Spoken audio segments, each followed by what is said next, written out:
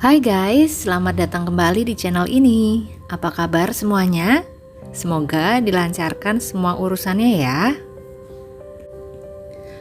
Pada kurun tahun 1978 sampai 1991, terjadi peristiwa pembunuhan berantai di Milwaukee, Amerika Serikat. Menelan korban sebanyak 17 orang dan beberapa di antaranya masih remaja di bawah umur.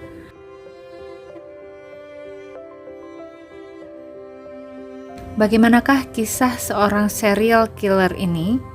Mengapa seorang yang biasa-biasa saja bisa begitu lama melakukan penghabisan nyawa tanpa ketahuan?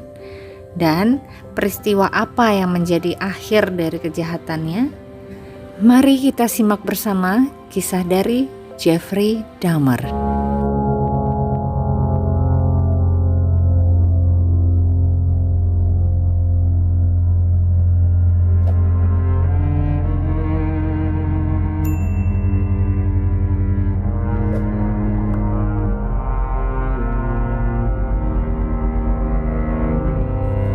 Jeffrey Dahmer yang bernama lengkap Jeffrey Lionel Dahmer lahir di Milwaukee, Wisconsin, Amerika Serikat tanggal 21 Mei 1960. Jeffrey merupakan anak pertama dari dua bersaudara yang dimiliki oleh sepasang suami istri bernama Lionel Herbert Dahmer dan Joyce Annette Dahmer. Lionel Dahmer, sang ayah, berprofesi sebagai ahli kimia lulusan dari Marquette University, Amerika Serikat. Sedangkan Joyce, sang ibu, adalah seorang instruktur mesin teletype, salah satu alat komunikasi pada zaman tersebut. Masa kecil Jeffrey sebenarnya cukup stabil dalam hal ekonomi. Namun, yang kurang dia dapatkan dari keluarganya adalah perhatian dari kedua orang tuanya. Sang ayah yang sibuk bekerja mencari nafkah di luar rumah, dan sang ibu yang sangat haus akan perhatian dari suaminya. Sehingga jika sang ayah pulang ke rumah, sang ibu akan selalu berupaya meminta perhatian penuh dari sang suami untuk dirinya sendiri, bukan untuk anak-anaknya.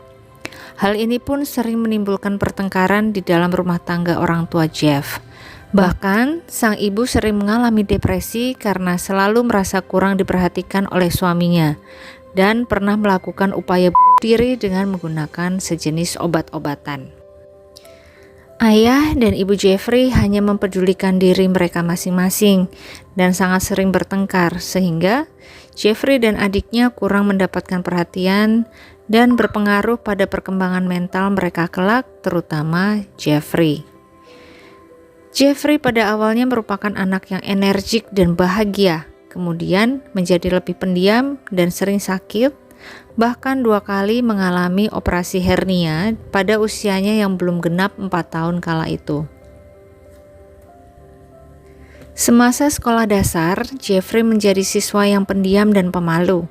Salah seorang gurunya dapat merasakan bahwa kala itu Jeffrey kurang mendapat perhatian dari kedua orang tuanya. Bahkan depresi yang dialami oleh sang ibu intensitasnya semakin meningkat seiring dengan kehamilan keduanya. Hal ini membuat Jeffrey semakin menarik diri dari pergaulan dan memiliki sangat sedikit teman di sekolahnya. Pada bulan Oktober tahun 1966, keluarga Dahmer pindah ke Doylestown, Ohio. Dan 2 bulan kemudian sang ibu melahirkan adiknya Jeffrey. Kedua orang tuanya mengizinkan Jeffrey untuk memberi nama sang adik, dan Jeffrey pun memberi nama adiknya David. Pada tahun itu juga sang ayah mendapat pekerjaan di Ohio sebagai kimia analis, dan babak baru kehidupan keluarga Dahmer pun dimulai. Jeffrey Dahmer mulai memiliki hobi yang cukup aneh, yaitu dia memiliki ketertarikan pada hewan-hewan yang telah mati. Jeffrey pertama kali tertarik pada hewan adalah ketika melihat sang ayah memindahkan tulang hewan dari bawah rumah mereka. Menurut sang ayah, Jeffrey kala itu terlihat sangat senang dan tertarik oleh suara tulang-tulang hewan tersebut, dan kemudian jadi asyik sendiri dengan tulang-tulang tersebut yang disebut Jeffrey dengan nama fiddlestick olehnya. Mungkin saja terinspirasi dari orang-orangan sawah yang berbekal sabit sebagai senjatanya, seperti dalam film-film horor. Sejak saat itu, Jeffrey sering sekali mencari-cari tulang hewan di sekitaran rumah mereka dan mempelajari hewan-hewan yang masih hidup untuk mengetahui di mana saja letak tulang mereka. Sangat terlihat obsesinya terhadap tulang. Belum genap 2 tahun mereka tinggal di Doylestown. Pada bulan Mei 1968, keluarga Dahmer pindah lagi ke Bath Township, Summit County, Ohio. Rumah baru mereka ini terletak di tengah hutan dan terdapat pondok kecil di dekat rumah mereka. Disinilah kegemaran Jeffrey akan tulang semakin bertambah. Jeffrey sangat senang mengumpulkan serangga-serangga dan tulang-tulang binatang kecil seperti tupai yang telah mati. Sebagian dia masukkan ke dalam toples yang diberi cairan pengawet dan dia simpan di dalam pondok kecil tersebut. 2 tahun kemudian, di usia sekitar 9 tahun, saat sedang makan malam keluarga, di tengah-tengah Jeffrey menikmati sepotong ayam di tangannya, tiba-tiba Jeffrey bertanya kepada sang ayah, "Ayah, bagaimana jika tulang ini diletakkan ke dalam cairan pemutih?" Lionel sang ayah pun tak menduga pertanyaan semacam itu akan keluar dari mulut Jeffrey yang masih berusia 9 tahun kala itu. Namun sang ayah justru senang dan menduga bahwa Jeffrey sudah menunjukkan ketertarikannya di bidang sains seperti dirinya. Sang ayah pun kemudian mengajari Jeffrey tentang bagaimana membersihkan dan mengawetkan tulang hewan. Sejak saat itulah hobi Jeffrey Dahmer mengkoleksi tulang hewan semakin menggila. Jeffrey mulai mengkoleksi hewan termasuk hewan tertabrak di jalan sekitar yang kemudian dia bedah sendiri dan dia kuburkan di sekitar pondok kecil dekat rumahnya. Di usia Jeffrey yang ke-14 tahun, tindakannya terhadap hewan menjadi semakin brutal. Pernah suatu hari dia memenggal kepala dari dan kemudian menempelkan bagian tubuh di pohon, kemudian menusuk bagian kepala dengan ranting yang kemudian dia letakkan di belakang rumahnya, dan dengan bangganya dia menunjukkan potongan bangkai anjing di pohon tersebut kepada seorang temannya. Seiring dengan semakin menggilanya Jeffrey bermain-main dengan hewan, sang ibu juga semakin menggila ketergantungannya terhadap beberapa jenis obat-obatan penenangnya. Betul-betul bukan situasi yang baik saat itu.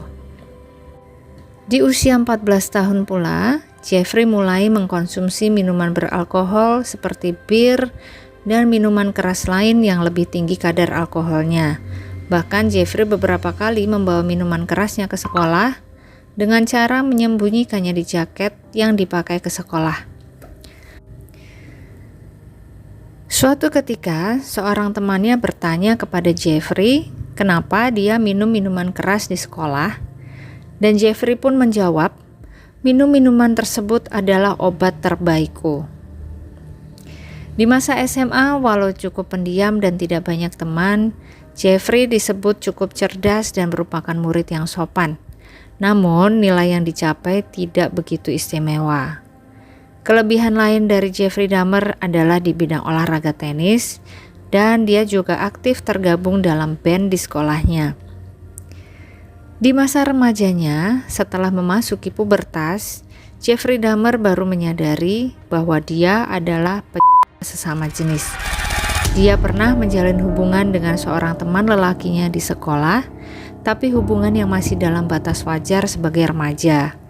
Namun, seiring bertambah usianya, fantasinya juga semakin berkembang menjurus ke hal-hal tidak wajar, cenderung sadisme, terkait pula dengan hobinya dalam membedah hewan.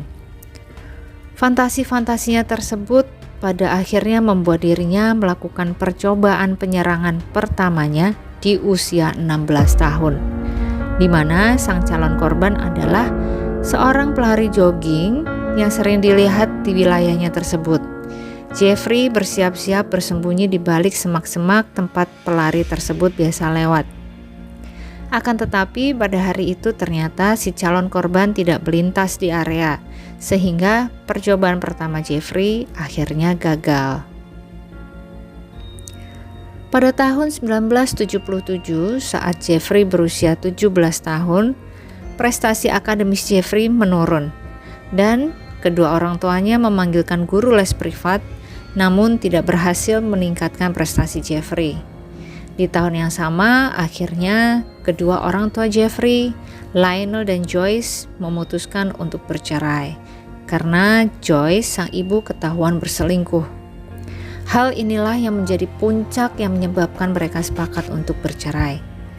Sang ayah keluar dari rumah tersebut dan memilih tinggal di sebuah motel untuk sementara waktu, sedangkan beberapa hari setelahnya, tanpa memberitahu mantan suaminya, Joyce, sang ibu, meninggalkan rumah tersebut bersama David, adik dari Jeffrey.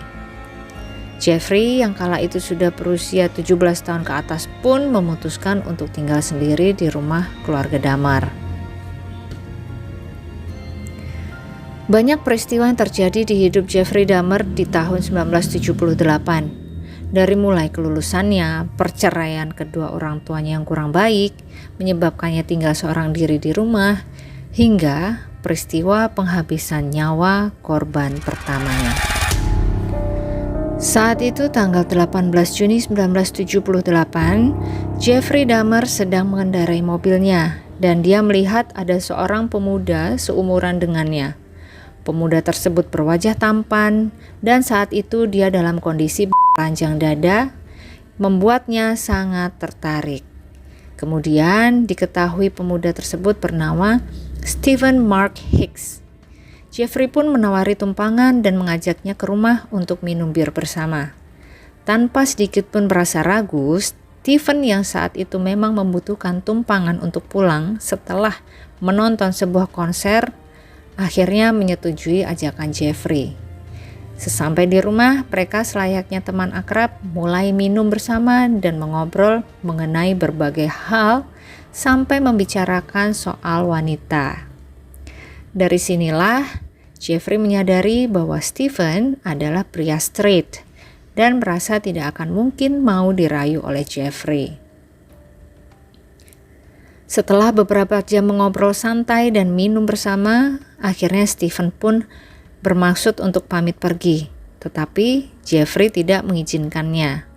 Dan kemudian dengan cepat Jeffrey memukul Stephen dengan dumbbell seberat 4,5 kg dari belakang sebanyak 2 kali. Setelah Stephen pingsan, kemudian Jeffrey mencekiknya dengan batang dumbbell hingga Stephen pun menghembuskan nafas terakhirnya saat itu juga.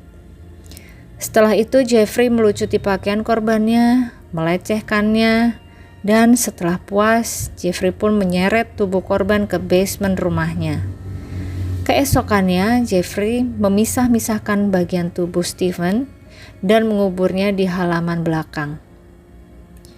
Beberapa minggu kemudian, Jeffrey kembali menggali kuburan tersebut, mengambil jasad Stephen, memisahkan daging dari tulangnya, kemudian menghancurkan dagingnya dengan cairan kimia, dan menghancurkan tulangnya dengan palu besar, kemudian menaburkan serpihan tulang-tulang tersebut di hutan belakang rumahnya. Alat-alat kejahatannya pun dia buang ke sungai Cuyahoga. 6 minggu setelah kejadian tersebut, sang ayah pun kembali ke rumah bersama tunangan barunya dan baru menyadari bahwa selama ini Jeffrey tinggal sendiri di rumah tersebut. Sang ayah pun menyuruh Jeffrey untuk kuliah di Ohio State University, mengambil jurusan bisnis. Namun tidak berjalan baik karena kecanduannya akan minuman keras yang semakin menjadi. IPK-nya di tengah semester pertama pun saat itu hanya 0,45 dari 4, hingga akhirnya drop out di bulan ketiga kuliahnya. Ayahnya saat itu pun baru mengetahui bahwa Jeffrey sangat ketergantungan terhadap minum-minuman keras. Di tengah kebingungan akan kondisi anak pertamanya tersebut, akhirnya sang ayah memerintahkan Jeffrey bergabung ke dalam angkatan bersenjata Amerika Serikat. Jeffrey pun menurut dan mengikuti pendidikan di Alabama, masuk ke dalam tim medis. Akan tetapi ketergantungannya terhadap minuman keras belum juga berhenti. Bahkan saat menjalani pendidikan tersebut, Jeffrey masih saja mabuk-mabukan dan sempat ditegur oleh para seniornya sampai satu regu mendapat hukuman karena kelakuan Jeffrey. Akhirnya Jeffrey pun mendapatkan beberapa pukulan dari rekan satu timnya yang kesal karena hal tersebut. Di luar masalah ketergantungan Jeffrey terhadap alkohol itu, sebenarnya Jeffrey adalah anak yang pintar. Dikatakan oleh seniornya bahwa dalam setahun pertama pengabdiannya di Angkatan Bersenjata Amerika, Jeffrey termasuk yang kecerdasannya di atas rata-rata temannya. Namun sekali lagi, kecerdasannya tersebut tidak mampu membuatnya lepas dari alkohol. Hal inilah yang akhirnya membuat Jeffrey dipecat dengan hormat dari kemiliteran. Jeffrey diberikan fasilitas tiket pesawat untuk pulang kemanapun tujuan yang dia mau. Dan dia mengatakan bahwa dia tidak mungkin pulang ke rumahnya karena takut bila sang ayah marah mengetahui dirinya dipecat dari kemiliteran. Sehingga dia pun memilih untuk terbang ke Miami, Florida untuk mencoba hidup mandiri di sana. Dan di Florida, Jeffrey pun mendapatkan pekerjaan di toko makanan, kemudian dia menyewa sebuah kamar di motel kecil dan mulai belajar untuk hidup mandiri. Namun sayang seribu sayang, ketergantungannya terhadap alkohol tidak bisa berhenti. Sebagian besar gajinya habis untuk membeli alkohol sampai tidak sanggup untuk membayar kamar motelnya, sehingga dia pun dikeluarkan dari motel karena menunggak pembayaran. Setelah beberapa lama mencoba hidup mandiri, akhirnya Jeffrey menyerah, memberanikan diri menghubungi sang ayah untuk memberitahu bahwa dia telah dipecat dari kemiliteran dan bermaksud untuk pulang ke Ohio. Sekembalinya ke Ohio, Jeffrey kembali tinggal di rumahnya yang lama bersama dengan sang ayah dan ibu sambungnya. Namun, sekali lagi Jeffrey masih juga melanjutkan kebiasaan minum minuman keras sampai pada akhirnya setelah 2 minggu pulang ke Ohio, Jeffrey pun untuk pertama kalinya berurusan dengan polisi karena mabuk di jalanan. Sang ayah pun datang membebaskannya dan membayarkan dendanya. Pada akhir 1981, sang ayah memutuskan untuk mengirim Jeffrey ke rumah neneknya dengan harapan Jeffrey bisa berubah lebih baik di bawah pengawasan sang nenek. Sang nenek adalah satu-satunya keluarga Jeffrey yang memperlakukan Jeffrey dengan sangat baik dan perhatian. Jeffrey menemukan apa yang dia tidak pernah dapatkan di keluarganya, yaitu perhatian. Sang ayah berharap Jeffrey bisa berubah menjadi baik ke depannya, berhenti mengkonsumsi alkohol, bekerja, dan hidup dengan lebih bertanggung jawab. Jeffrey pun berusaha untuk bisa berubah menjadi lebih baik. Dia menemani sang nenek ke gereja, membantu mengerjakan pekerjaan rumah, dan mencari pekerjaan untuk mendapatkan uang. Namun masih tetap mengkonsumsi minuman beralkohol. Suatu hari Jeffrey pergi ke sebuah perpustakaan setempat dan ada seorang pria yang memperhatikannya, kemudian melemparkan sebuah catatan kecil kepadanya bertuliskan ajakan untuk melayaninya dalam sebuah permainan dewasa. Pada saat itu Jeffrey menolaknya. Namun, ajakan tersebut membuat Jeffrey memantapkan diri dalam hatinya bahwa dia adalah seorang sesama jenis dan membuatnya semakin liar bertualang di dunia. Jeffrey menjadi sering mengunjungi bar, bathhouses, dan toko buku. Bahkan dia pernah mencuri manekin laki-laki dari sebuah toko untuk dijadikan objek pelampiasan dewasanya di rumah. Jeffrey semakin kacau saat ini. Pada tanggal 10 Maret 1987, Jeffrey pun akhirnya ditangkap kembali setelah melakukan tindakan eksibisionis di depan 2 orang anak di bawah umur. Akan tetapi, Jeffrey tidak ditahan, hanya diberi hukuman percobaan selama 1 tahun dan diminta untuk mengikuti konseling. Kemudian pada bulan November tahun 1987, saat itu Jeffrey sedang berada di sebuah bar bersama sang nenek dan Jeffrey melihat seorang pemuda yang kemudian diketahui bernama Stephen Tuomi. Jeffrey pun mengajak Stephen untuk ikut pulang dengannya ke Hotel Ambassador di mana Jeffrey telah menyewa sebuah kamar di hotel tersebut. Pada awalnya Jeffrey sama sekali tidak memiliki niatan untuk menghabisi nyawanya. Dia hanya ingin mengajaknya mengkonsumsi obat-obatan bersama dan mengeksplor tubuh Stephen setelahnya. Akan tetapi ketika Jeffrey bangun di pagi harinya, dia melihat tubuh Stephen sudah membiru dan memar di dadanya. Jeffrey sama sekali tidak dapat mengingat apa yang telah diperbuatnya kepada Stephen di malam itu. Benar-benar di luar rencana. Di tengah kepanikannya, Jeffrey memutuskan membeli sebuah koper besar, memasukkan tubuh Stephen ke dalamnya, dan membawanya ke rumah sang nenek. Setelah 1 minggu tubuh Stephen berada di basement rumah nenek, akhirnya Jeffrey memisah-misahkan tubuh Stephen, memasukkan bagian dagingnya ke plastik sampah, menghancurkan tulang-tulangnya dengan alat penghancur, dan bagian tubuh Stephen yang disimpan Jeffrey adalah kepalanya. 2 minggu kemudian, Jeffrey merebus kepala tersebut di dalam cairan kimia dalam usahanya memisahkan tulang dari daging-dagingnya, dan mengundangkan tulang kepala Stephen tersebut sebagai alat untuk memuaskan dirinya sendiri saat itu. Sungguh gila ya.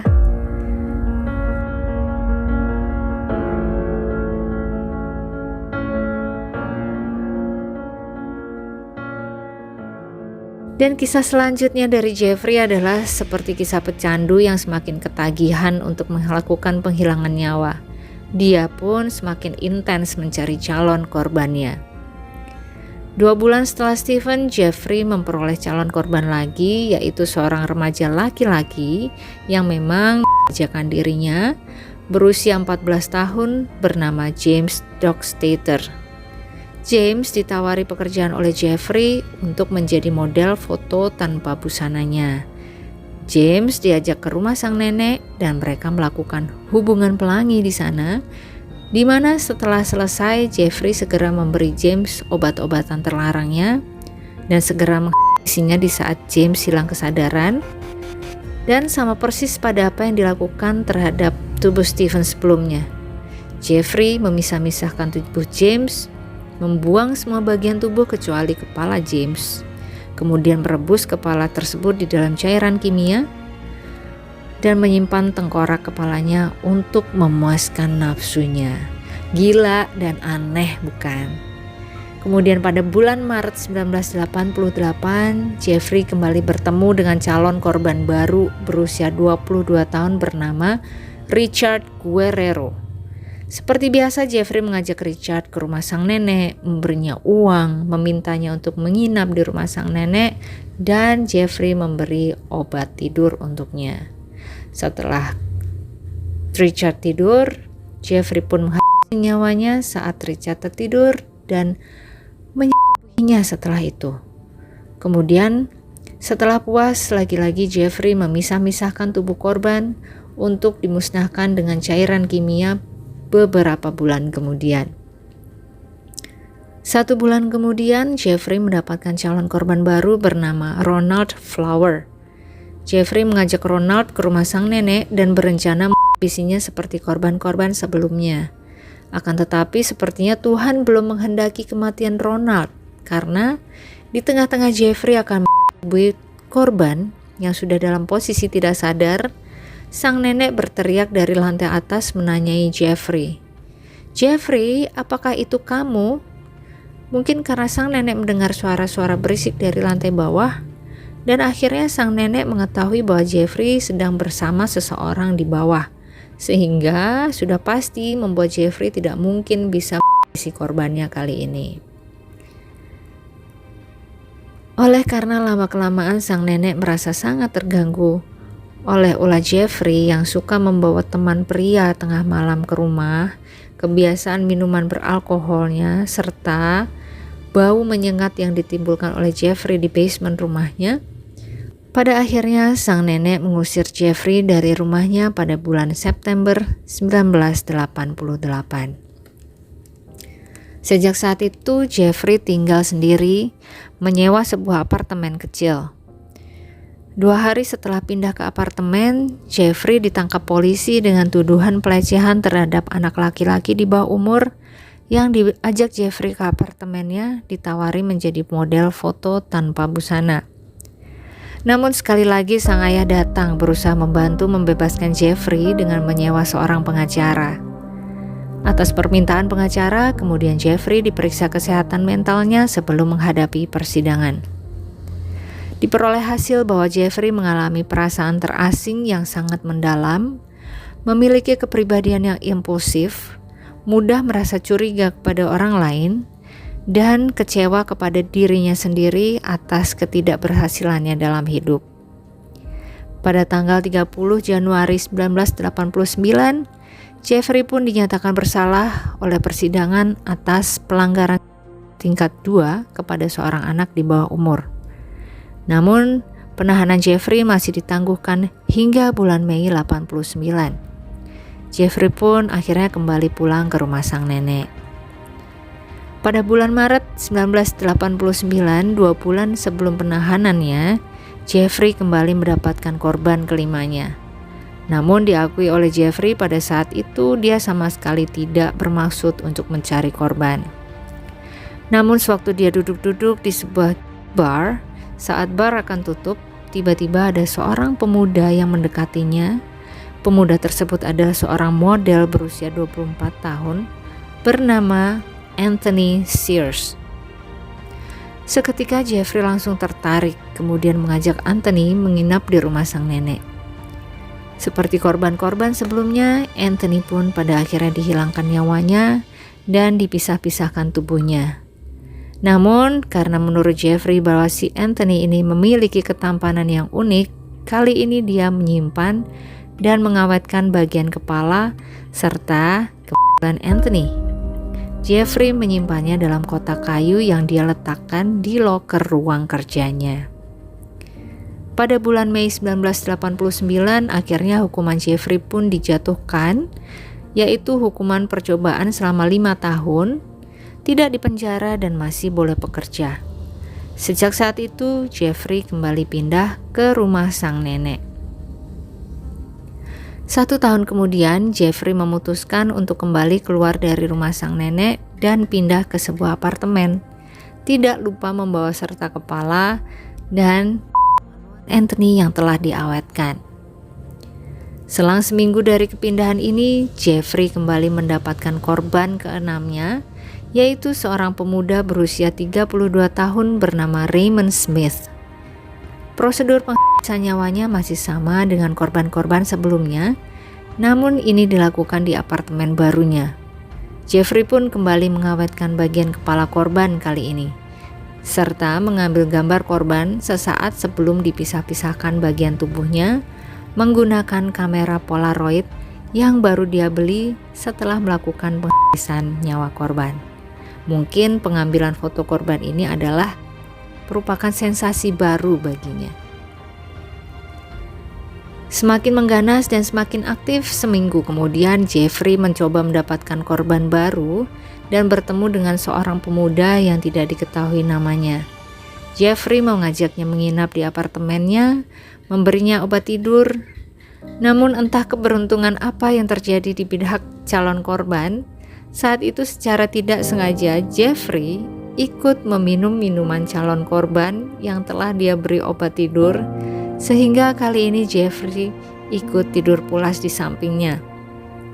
Dan pada saat terbangun di pagi harinya, Jeffrey menemukan bahwa calon korban sudah pergi dengan membawa beberapa barangnya seperti pakaian, uang $300, dan sebuah jam. Ya, Jeffrey telah dirampok. Jeffrey tidak berani melaporkan hal ini ke polisi, namun hanya memberitahu kepada petugas pengawas masa percobaannya bahwa dia telah dirampok. Selang beberapa hari, Jeffrey pun kembali mendapatkan calon korban baru, seorang pemuda berusia 27 tahun bernama Edward Smith.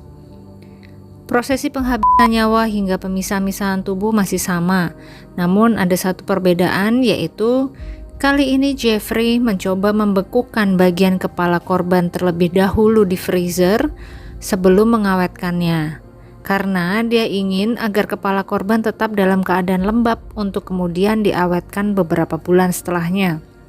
Namun percobaan Jeffrey ini gagal setelah kepala korban meledak di dalam oven saat Jeffrey hendak mengeringkannya.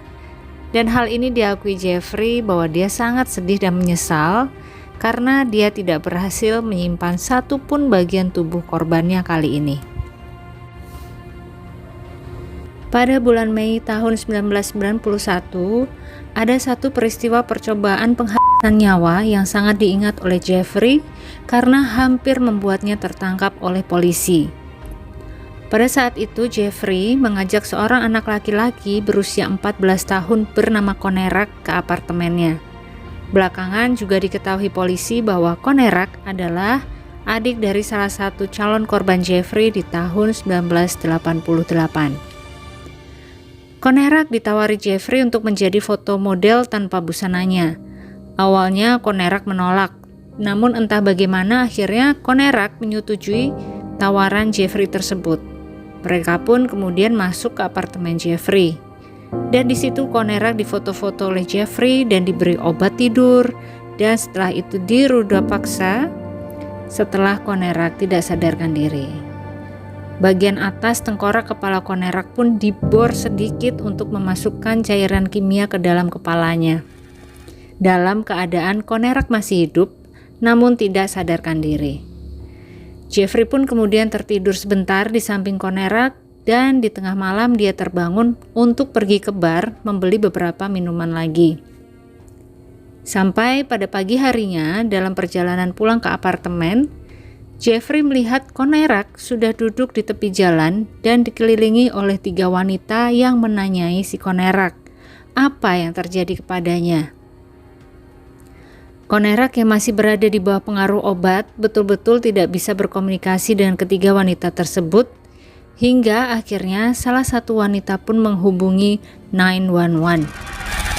Jeffrey kemudian mendekati mereka dan mengatakan bahwa Konerak adalah kekasihnya dan mereka telah melewatkan malam dengan mabuk-mabukan sehingga Konerak masih sangat tinggi saat ini. Jeffrey pun bermaksud mengajak Konerak kembali ke apartemennya, namun dengan segera dihalangi oleh ketiga wanita tersebut menunggu polisi datang dan mereka berkata bahwa mereka telah memanggil polisi. Sesaat kemudian polisi datang dan Jeffrey menjelaskan kepada polisi tersebut bahwa Konerak adalah kekasihnya yang tengah mabuk. Dia bermaksud untuk mengajak kekasihnya tersebut kembali ke kamar, namun dihalangi oleh ketiga wanita tadi. Entah kenapa, polisi pun tetap lebih memilih untuk percaya pada Jeffrey dibandingkan dengan akal sehat ketiga wanita tersebut. Mungkin Pak polisinya juga sedang mabuk saat itu ya. Jeffrey dan Konerak kemudian diantar sendiri oleh Pak polisi kembali ke apartemen Jeffrey dan di depan pintu apartemen Jeffrey, polisi sebenarnya sudah mencium bau busuk yang cukup menyengat dari dalam kamar tersebut.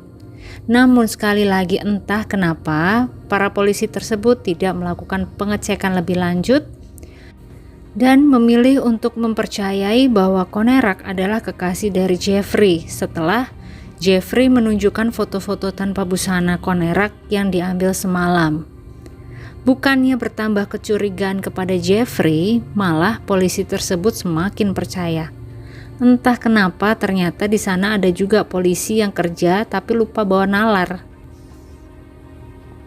Seketika itu juga setelah selesai pekerjaan Dewi Fortuna untuk melindungi Konerak dari segala kemungkinan lepasnya dia dari Jeffrey, tapi pada akhirnya pagi itu juga Jeffrey menghabisi nyawa Konerak dan selanjutnya memisah-misahkan tubuhnya seperti biasa. Setelah Konerak masih ada beberapa pemuda lagi yang menjadi korbannya hingga ada satu peristiwa yang kemudian mengakhiri perjalanan sadis dari Jeffrey Dahmer. Pada bulan Juli 1991, Jeffrey mengajak 3 orang pemuda untuk pergi ke apartemennya untuk melakukan pemotretan tanpa busana dengan iming-iming bayaran $100. Salah satu pemuda kemudian menyetujuinya. Pemuda tersebut bernama Tracy Edwards, 32 tahun. Saat memasuki apartemen Jeffrey, Tracy Edwards mencium bau menyengat yang mencurigakan. Dia mencari-cari dari mana bau itu berasal. Selain itu, Tracy juga melihat berbotol-botol cairan kimia di lantai apartemen yang Jeffrey katakan itu adalah untuk membersihkan batu bata. Saat Tracy sedikit lengah, tiba-tiba Jeffrey pun memborgolnya. Dengan tenang, Jeffrey berkata bahwa itu adalah properti photoshoot. Jeffrey mengajak Tracy masuk ke dalam kamar, dan di situ Tracy melihat sebuah poster lelaki tanpa busana serta film bergenre thriller berjudul Exorcist 3 sedang diputar di TV di kamar Jeffrey. Tracy sudah mencium bahaya yang sedang dihadapinya. Namun, dia berusaha tetap tenang dan berusaha membuat Jeffrey untuk percaya kepadanya. Tracy mengajak ngobrol Jeffrey di ruang tamu dan meminta izin Jeffrey untuk ke kamar kecil. Dan di dalam kamar kecil tersebut, Tracy melihat-lihat melalui celah pintu yang sedikit dibuka olehnya untuk mempelajari kondisi kamar serta mencari waktu ketika Jeffrey sedang lengah. Setelah dapat berpikir dengan sedikit tenang, dia pun kembali ke dekat Jeffrey. Dan seketika dia melihat Jeffrey tidak membawa apapun di tangannya dan dalam kondisi yang sedikit lengah. Kemudian, secepat kilat Tracy dengan sekuat tenaga menonjok Jeffrey sampai Jeffrey kehilangan keseimbangan. Kemudian Tracy lari sekencang-kencangnya keluar dari apartemen tersebut. Pada pukul 11.30 malam hari itu juga, Tracy lari ke kantor polisi terdekat dalam keadaan masih terborgol dan menceritakan apa saja yang dia alami di apartemen Jeffrey. Kemudian Tracy bersedia menemani polisi kembali ke apartemen Jeffrey untuk mengambil kunci borgol. Sesampai di apartemen Jeffrey, mereka mengetuk pintu dan dibukakan sendiri oleh Jeffrey. Jeffrey pun mempersilahkan Tracy bersama 2 orang polisi tersebut untuk masuk. Awalnya Jeffrey menawarkan diri untuk mengambil kunci borgolnya. Namun, polisi yang bersama Tracy kali ini adalah polisi yang pandai. Polisi itu pun memaksa mundur Jeffrey dan masuk ke kamar menuju tempat kunci borgol sesuai yang dikatakan oleh Jeffrey.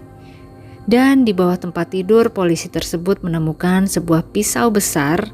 Kemudian setelah melihat-lihat kamar dengan lebih teliti, mereka menemukan tumpukan foto Polaroid berisi gambar-gambar tubuh korban yang telah terpisah-pisah dengan background foto cocok dengan kondisi kamar Jeffrey. Dari kejauhan melihat polisi yang telah menemukan tumpukan foto tersebut, Jeffrey langsung berusaha melarikan diri. Namun dengan secepat kilat polisi menghalanginya, menahannya dan selanjutnya memanggil bala bantuan dari kantor polisi. Jeffrey Dahmer pun akhirnya ditangkap. Setelah mengamankan Jeffrey, para polisi meneliti apartemen Jeffrey. Banyak sekali barang bukti yang mereka temukan. Di dalam kulkas mereka menemukan 2 jantung, berplastik-plastik otot lengan dan darah manusia. Di dalam freezer mereka menemukan bagian torso manusia dan sekantung organ dalam manusia dan daging manusia yang telah lengket di bagian dasar freezer. Mereka juga menemukan total 7 tengkorak kepala manusia tersebar di beberapa bagian kamar apartemen Jeffrey. Dan 3 torso manusia yang sedang diawetkan di dalam galon besar berwarna biru berisi cairan asam pengawet. Dengan banyaknya bukti, Jeffrey pun tidak dapat mengelak lagi. Pengadilan kasus Jeffrey Dahmer dimulai pada tanggal 30 Januari 1992 di Milwaukee dengan tuntutan atas 15 kali pembunuhan tingkat pertama. Pengacara Jeffrey membelanya dengan alasan bahwa kliennya memiliki kelainan mental dan gangguan kepribadian yang membuatnya tidak bisa mengendalikan dirinya sendiri. Kemudian pada tanggal 8 Februari, jaksa penuntut menyanggah semua alasan pengacara pembela. Sang jaksa penuntut menyatakan bahwa Jeffrey Dahmer adalah seseorang yang waras dan dapat mengkontrol semua tingkah lakunya, bisa membedakan mana tindakan benar dan mana yang salah, dan juga merupakan seorang yang menempatkan nafsunya di atas moralnya. Demikian pula dengan pemaparan seorang saksi ahli yang dihadirkan pada sidang tanggal 12 Februari 1992, seorang psikiatris forensik bernama Park Dietz. Park menyatakan bahwa Jeffrey tidak menunjukkan penyakit mental sama sekali saat melakukan kejahatannya. Jeffrey memiliki waktu yang sangat panjang bersama korbannya sebelum dia menghabisinya.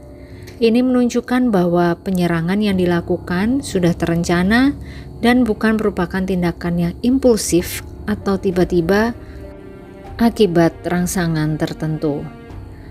Dan Jeffrey menyadari betul bahwa tindakan penghabisan nyawa yang dilakukan kepada para korbannya adalah tindakan yang betul-betul kejam, sehingga dia harus mengkonsumsi alkohol sebelum menghabisi nyawa korban untuk menutupi perasaan bersalahnya. Pada akhir sidang, Jeffrey Lionel Dahmer dinyatakan bersalah atas pembunuhan terhadap 17 orang korbannya yang kemudian dikurangi menjadi 15 orang.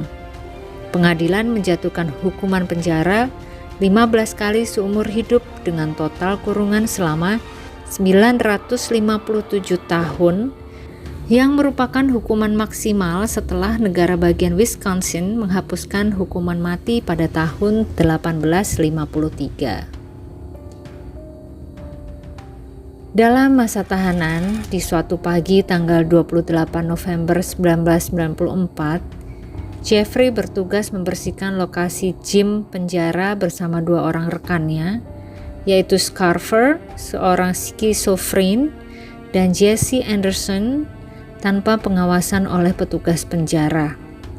Sesaat kemudian, petugas menemukan Jeffrey dan Jesse Anderson tergeletak bersimbah cairan merah di lantai gym. Bagian kepala penuh dengan memar akibat dihantam dengan menggunakan alat gym. Ternyata pelaku diketahui adalah Scarfer, rekan tahanan mereka sendiri, seorang penderita skizofrenia. Jeffrey pun menghembuskan nyawanya 1 jam setelah berada di rumah sakit. Demikianlah kisah perjalanan hidup dari seorang serial killer yang terkenal di Amerika. Berasal dari keluarga yang cukup berada, namun kurangnya perhatian dari kedua orang tuanya, terutama sang ibu, membuatnya mengambil jalan yang salah. Sangat-sangat salah. Nah, pelajaran apa saja yang bisa kita ambil dari kisah ini? Boleh tolong ditulis di kolom komen ya. Terima kasih juga yang sudah menyimak sampai akhir. Terima kasih untuk semua dukungannya. Jangan lupa subscribe untuk yang belum subscribe dan juga share ke teman-teman lainnya. Sampai bertemu lagi di kisah di episode depan dan selamat beraktivitas kembali.